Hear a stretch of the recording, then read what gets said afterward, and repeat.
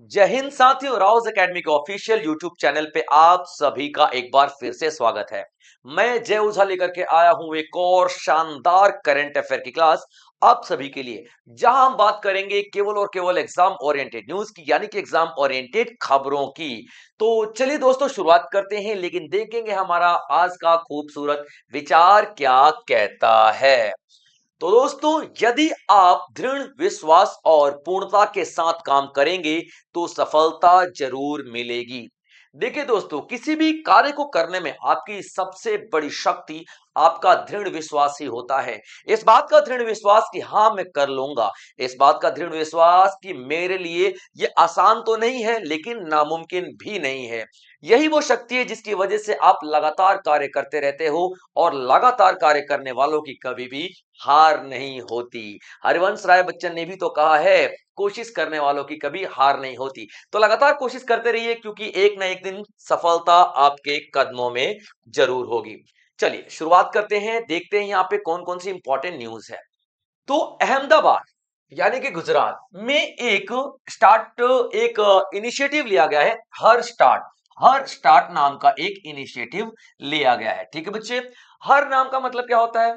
हम महिलाओं की बात कर रहे हैं। हर मतलब हम फीमेल की बात कर रहे हैं, याद रखना। हर बोले तो हम फीमेल की बात कर रहे हैं, यानी कि महिलाओं की बात कर रहे हैं। और स्टार्टअप का मतलब, हर स्टार्ट का मतलब क्या होता है? फीमेल का स्टार्टअप। ठीक है बच्चों, फीमेल का स्टार्टअप, यानी कि ये महिला उद्यमियों को, ये महिला उद्यमियों को, ठीक है बच्चों, ये महिला उद्यमियों को प्रोत्साहित करने के लिए योजना लाई गई है।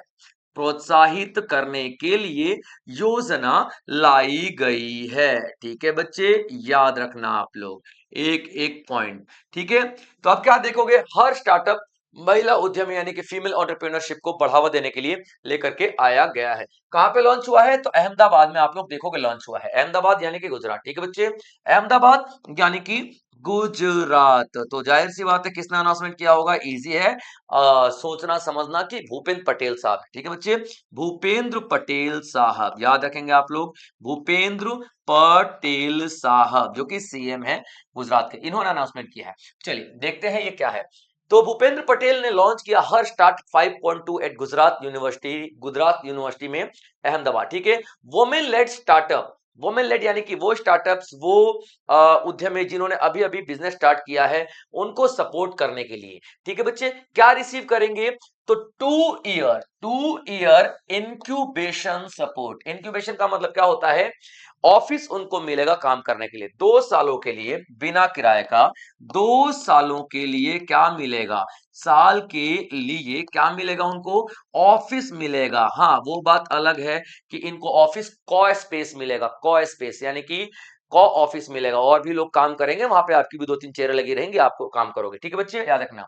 तो 2 साल के लिए दिया जाएगा। लेकिन ये जो पूरा स्कीम का फायदा उठाने के लिए आपको क्या करना पड़ेगा कि किसी भी बिजनेस में, जो आपका बिजनेस है ना बच्चे, उसमें 50% का ऑनरशिप होना चाहिए। कम से कम 50% आपका मालिकाना हक होना चाहिए। क्लियर पॉइंट बच्चों, याद रखना।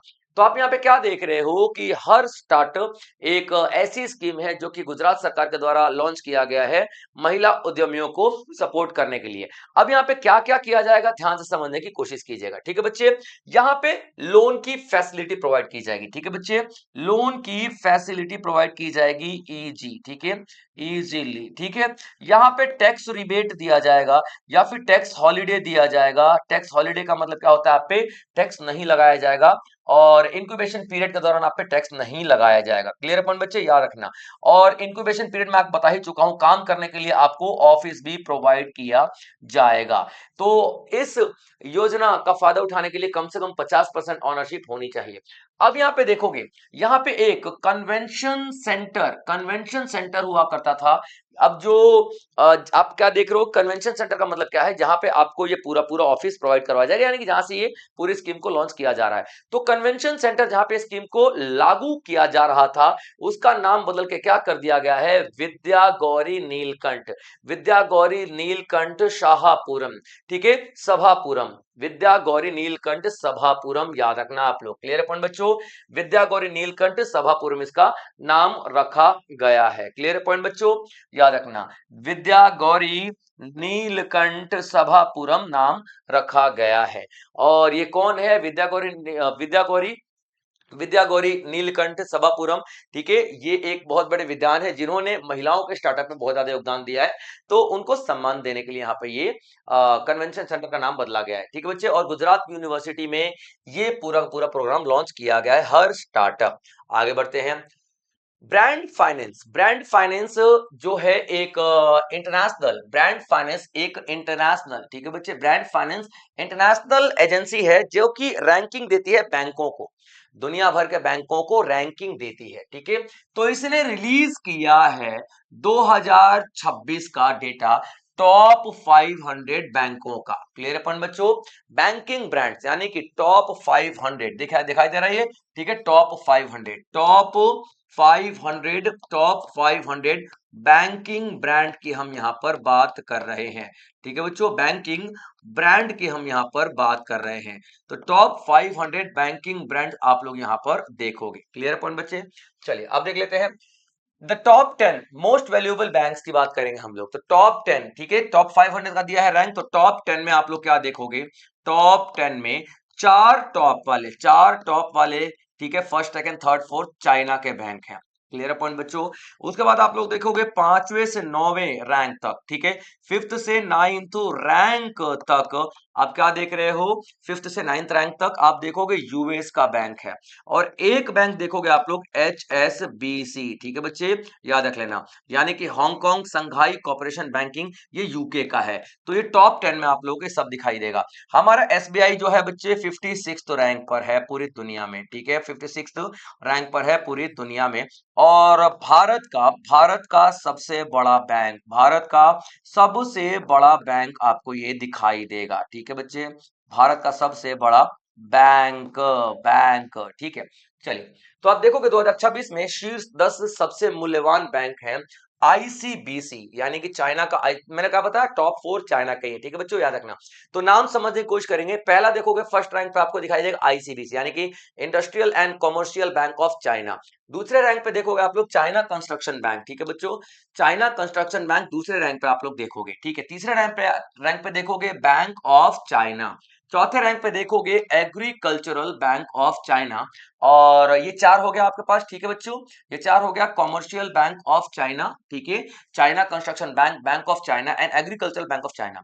इसके बाद 5 यूएस के ब्रांड्स आपको दिखाई देंगे। उसके बाद यूके का एक एचएसबीसी दिखाई देगा।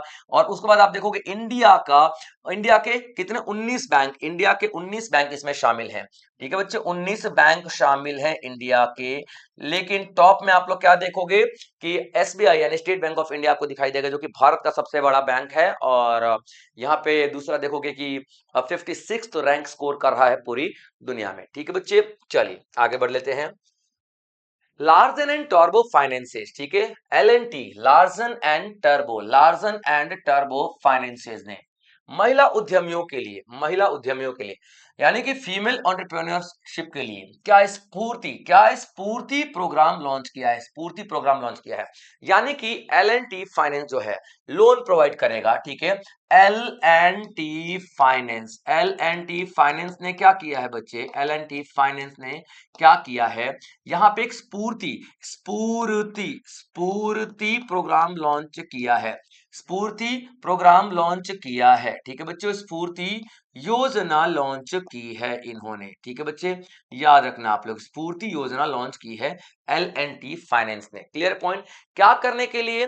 तो महिला उद्यमियों को सपोर्ट करने के लिए। ठीक है, क्या? महिला उद्यमियों को सपोर्ट करने के लिए। ठीक है बच्चे, महिला उद्यमियों को सपोर्ट करने के लिए। ठीक है बच्चे, एक एक पॉइंट आप लोग ध्यान में रखेंगे। ठीक है, याद रखना, सपोर्ट करने के लिए।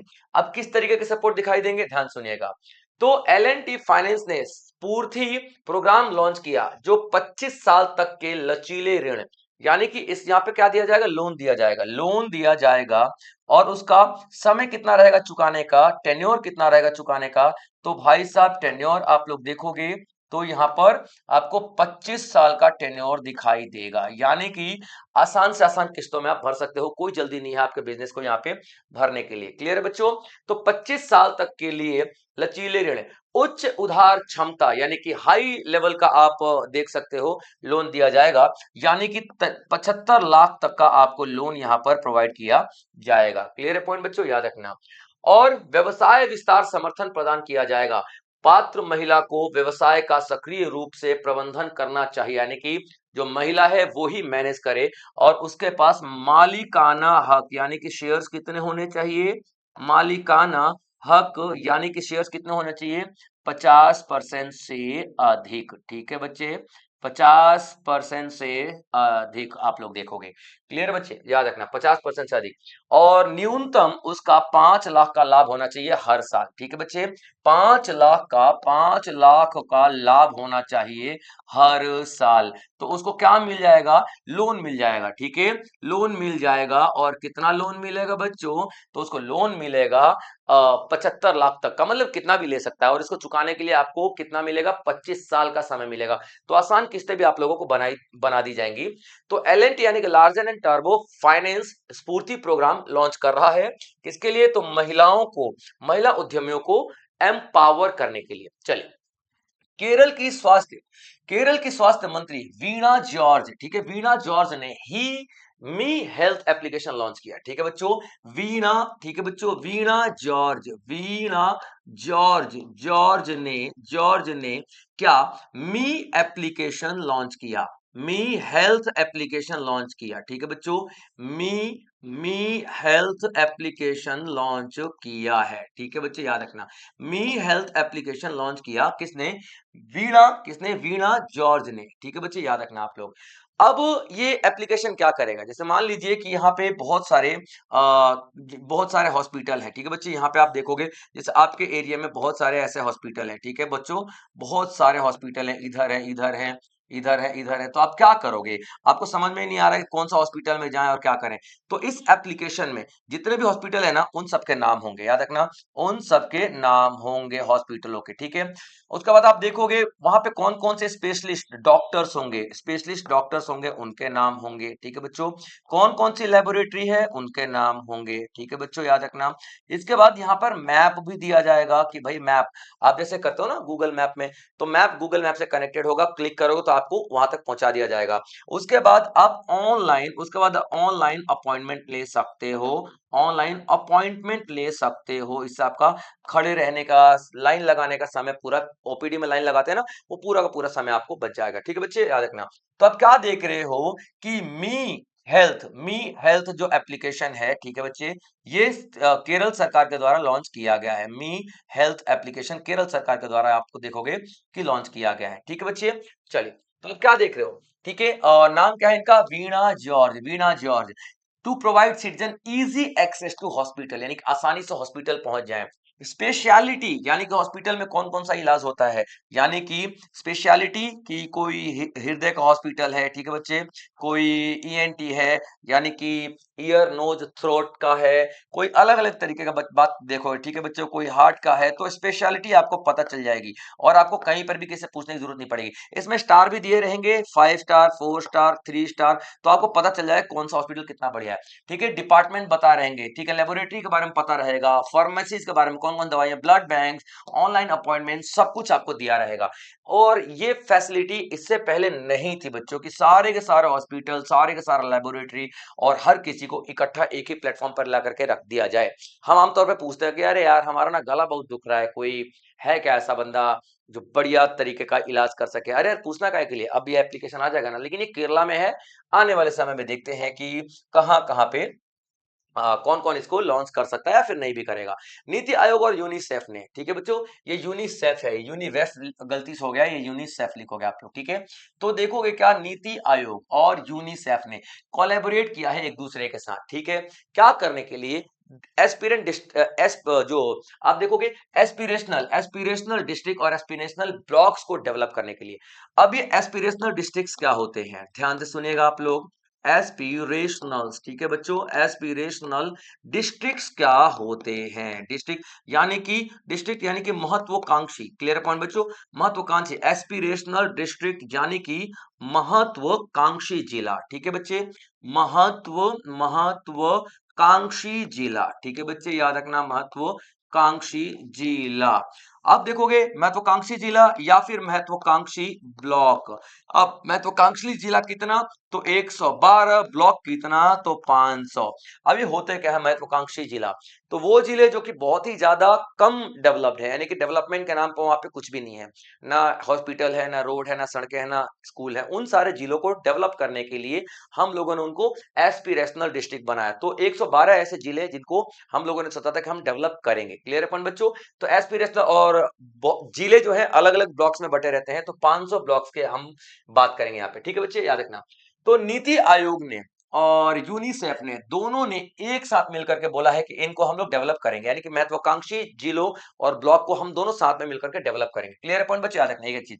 अब देखो यूनिसेफ क्या काम करेगा, यूनिसेफ क्या काम करेगा, यूनिसेफ बच्चों impact impact for nutrition, impact for nutrition नाम का एक एप्लीकेशन है। ठीक है बच्चों, क्या है, इम्पैक्ट फॉर न्यूट्रिशन। ठीक है बच्चों, इम्पैक्ट फॉर न्यूट्रिशन। क्लियर है बच्चों, impact impact for nutrition, nutrition आप लोग ध्यान में रखोगे, इम्पैक्ट फॉर न्यूट्रिशन। क्लियर है बच्चों? तो ये जो इम्पैक्ट फॉर न्यूट्रिशन है ना सर, तो इस ऑनलाइन एप्लीकेशन पे, जो कि किसका एप्लीकेशन है, तो आप लोग क्या देख रहे हो, ये एप्लीकेशन है यूनिसेफ का, ये एप्लीकेशन है यूनिसेफ का। यूनिसेफ एक चिल्ड्रन इमरजेंसी फंड है जो कि बच्चों की सहायता करता है। तो जाहिर सी बात है यहाँ पर भी बच्चों के लिए ही काम करेगा ये। न्यूट्रिशन, न्यूट्रिशन का मतलब क्या होता है, बच्चों के लिए ही काम करेगा। ठीक है, तो यहाँ पे ये क्या करेगा यूनिसेफ, देखना, ये आंगनबाड़ी के टीचरों को, आंगनबाड़ियों को क्या देगा, ट्रेनिंग देगा। ठीक है, पहली बात तो आंगनबाड़ियों को ट्रेनिंग देगा। ठीक है बच्चे, आंगनबाड़ियों को सिखाएगा कि कैसे इंप्रूव किया जाता है बच्चों के हेल्थ को और कैसे बच्चों के साथ डील किया जाता है, सब कुछ यहाँ पे सिखाएगा। ठीक है, आंगनबाड़ी को क्या देगा, तो ट्रेनिंग देगा। ठीक है बच्चों, ट्रेनिंग देगा। क्लियर पॉइंट, यहाँ पे याद रखेंगे आप लोग। उसके बाद बहुत सारी चीजें हैं, ध्यान सुनेगा क्या क्या चीजें हैं। ठीक है बच्चे, अब यहाँ पे एक फंड आता है जिसको हम लोग CSR फंड बोलते हैं, CSR फंड। तो CSR फंड होता क्या है, जैसे कि देख ले, CSR का फंड मतलब होता है कॉर्पोरेट सोशल रिस्पॉन्सिबिलिटी।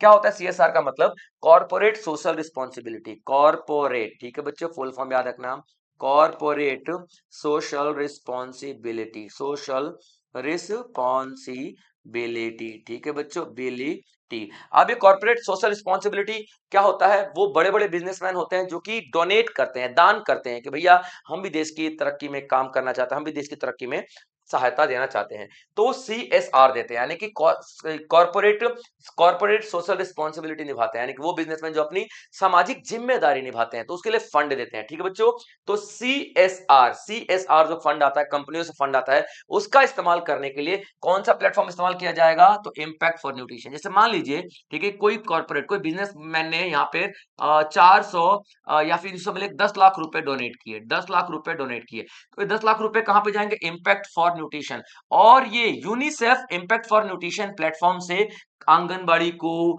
और जिलों को अलग अलग जगह पे क्या फंड प्रोवाइड करेगा। ठीक है बच्चे, याद रखना। तो यूनिसेफ क्या करता है, फंड डिस्ट्रीब्यूशन करने का काम करेगा with the help of impact for nutrition online portal. Clear बच्चे, याद रखना आप लोग। तो नीति आयोग और UNICEF impact for nutrition platform के माध्यम से 112 आकांक्षी जिलों और 500 ब्लॉकों में मातृ और शिशु पोषण में सुधार के लिए सरकारी वित्त पोषण, यानी कि जो गवर्नमेंट फंड होगा वो भी यहीं से जाएगा, और कॉर्पोरेट सामाजिक जिम्मेदारी यानी CSR फंड होगा वो भी इसी प्लेटफॉर्म से डिस्ट्रीब्यूट किया जाएगा। और किसका प्लेटफॉर्म है, तो यूनिसेफ का प्लेटफॉर्म है। ठीक है बच्चे, चलिए आगे बढ़ते हैं। आंध्र प्रदेश के चीफ मिनिस्टर, ठीक है, सी चंद्रबाबू नायडू। ठीक है बच्चों, याद रखना, चंद्रबाबू नायडू, एन चंद्रबाबू नायडू ने लॉन्च किया 25,000 25,000 रुपए मिलेंगे भाई साहब, इंसेंटिव मिलेंगे, और किसको मिलेंगे, सेकंड एंड थर्ड चाइल्ड। अगर कोई कपल है, दूसरा या तीसरा बच्चा पैदा करता है, तो उसको 25,000 रुपए इनाम के तौर पे दिया जाएगा, यानी कि पेशगी दी जाएगी, लो भैया आपने क्या बड़ा काम किया, मस्त काम किया है। अब देखिए बच्चों, इसकी रीजन क्या है, 2003 में ये जो राज्य है ना, अपने आप को बड़े ही चालू समझते थे, और यहाँ पे लोगों ने फैमिली प्लानिंग कर दी, फैमिली प्लानिंग की। ठीक है बच्चों, फैमिली प्लानिंग की योजनाएं लेकर के आ गए। अब फैमिली प्लानिंग का मतलब क्या होता है, एक या दो बच्चा, है ना, एक या दो बच्चा।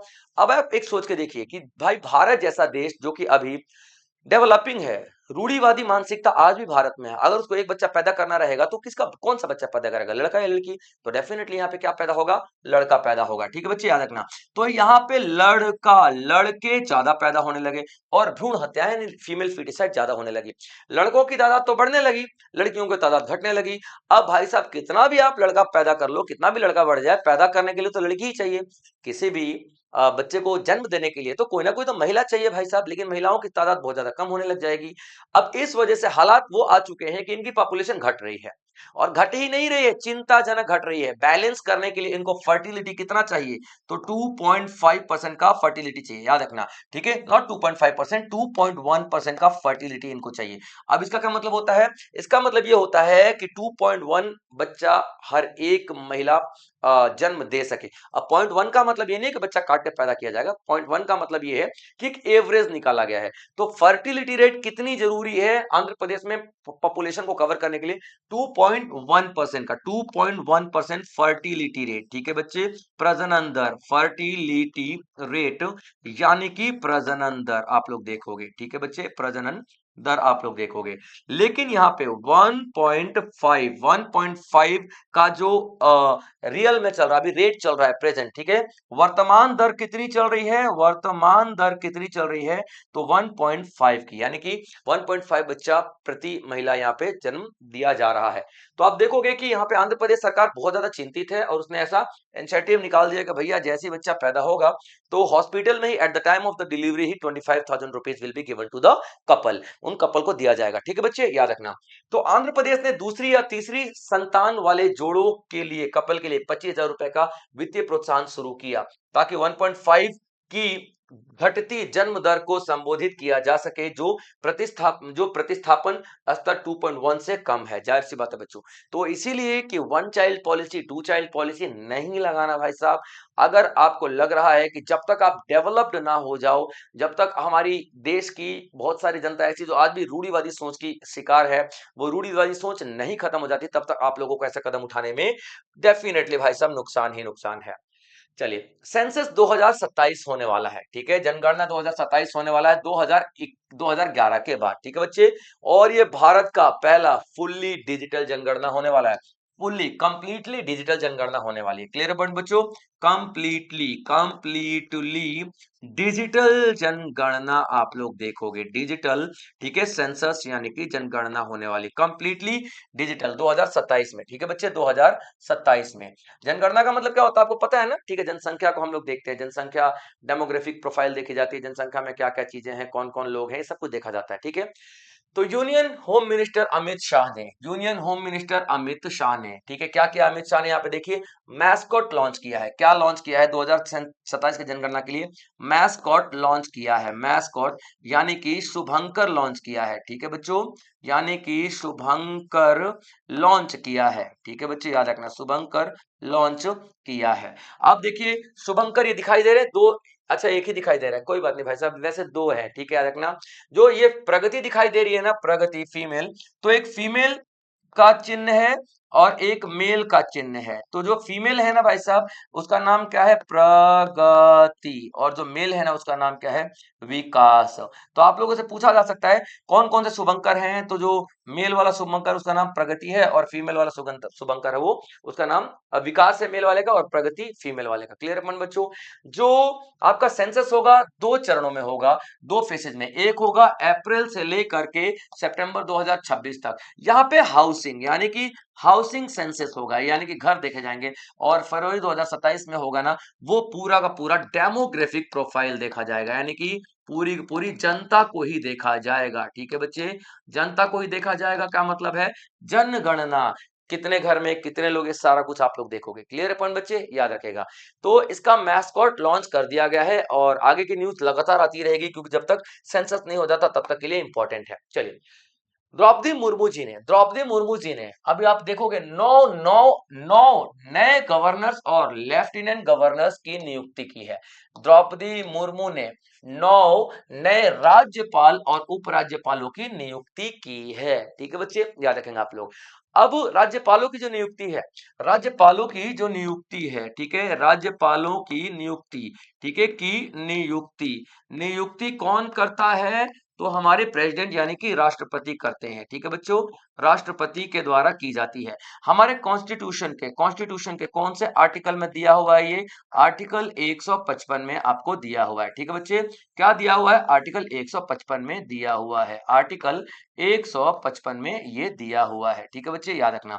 अब इस आर्टिकल 155 का इस्तेमाल करते हुए आप लोग क्या देख रहे हो, एक बार पूरा मैं आपको बता देता हूं। ठीक है, कौन कौन? तो शिव प्रताप शुक्ला जी को तेलंगाना का गवर्नर नियुक्त किया गया है। शिव प्रताप शुक्ला। उसके बाद देखोगे जिष्णु देव वर्मा जी को महाराष्ट्र का गवर्नर बनाया गया है।